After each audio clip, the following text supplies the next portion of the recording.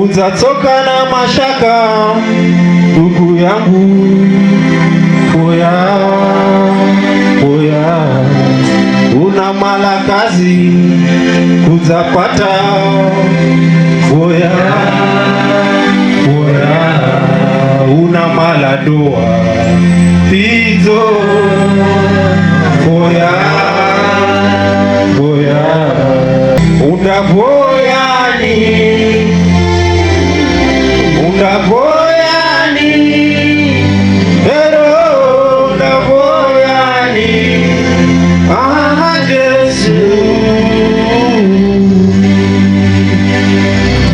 Basi bila kuchukua muda, mchana wa leo nataka kuongea kuhusu shida tunazozipitia. Bwana Yesu asifiwe. Amen. Kuwa na shida sio shida mbele za Mungu, lakini shida ni kujifanya hauna shida.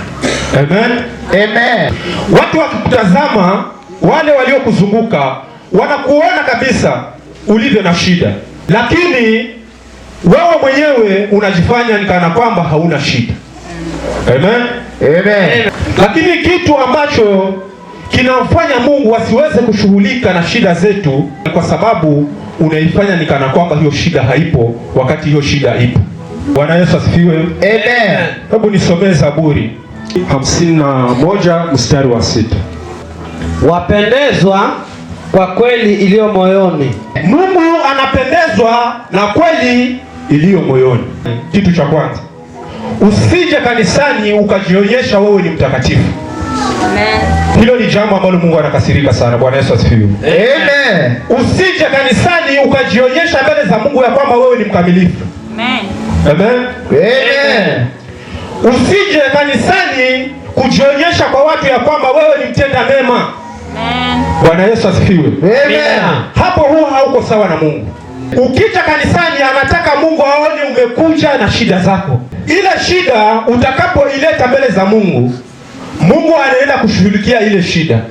Lakini ukija kanisani ukiwa shida zako uko nazo kama zilivyo na hautamwambia Mungu, utaimba, utaabudu, utatoa sadaka, utatoka, utaenda. Bwana Yesu asifiwe. Amen. Mungu hapo haja kufanyia kazi yoyote na hata kufanyia kitu chochote kuhusu shida yako. Bwana Yesu asifiwe. Amen. Kuwa na shida sio shida. Shida ni kujifanya hauna shida mbele za Mungu. Bwana Yesu asifiwe. Amen. Mungu anataka ukija hapa mbele kwa ajili ya kuomba msaada kwa ile jambo linalokusumbua. Haangalii machozi, haangalii uko na kampuni ngapi, haangalii uko na pesa kiasi gani. Bwana Yesu asifiwe. Amen. Anachoangalia Mungu ni utamke maneno ya ukweli kulingana na ile shida. Hata kama unadaiwa, hata kama wewe ni mgonjwa, ndoa yako haina amani. Bwana Yesu asifiwe. Amen. Hayo ni maneno ndio unatakiwa sasa uyatamke mbele za Mungu hapa. Mungu anaangalia ukweli. Je, umekuja kanisani uko na ukweli gani katika lile jambo unalolipitia? Bwana Yesu asifiwe. Amen. Usione haya kusema shida yako.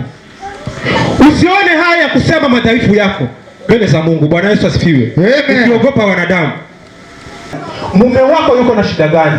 Kazi yako iko na shida gani? Wewe mwenyewe moyo wako, je, uko na amani? Na kama unakosa amani, angalia ni kitu gani ambacho kinakukosesha amani. Chukua hicho kitu kilete kwa Mungu kama kilivyo. Bwana Yesu asifiwe. Hiki kinaniumiza Mungu, yaani siwezi kuenda mbele. Hiki kinaniumiza, hiki kinaniumiza. Mungu, ninaomba unisaidie. Bwana Yesu asifiwe. Amen. Katikati ya hiyo ibada utaona mkono wa Mungu ukikufanyia jambo jema. Bwana Yesu asifiwe. Amen. Bwana Yesu asifiwe. Amen. Hayo na Mungu awabariki. Amen. Amen.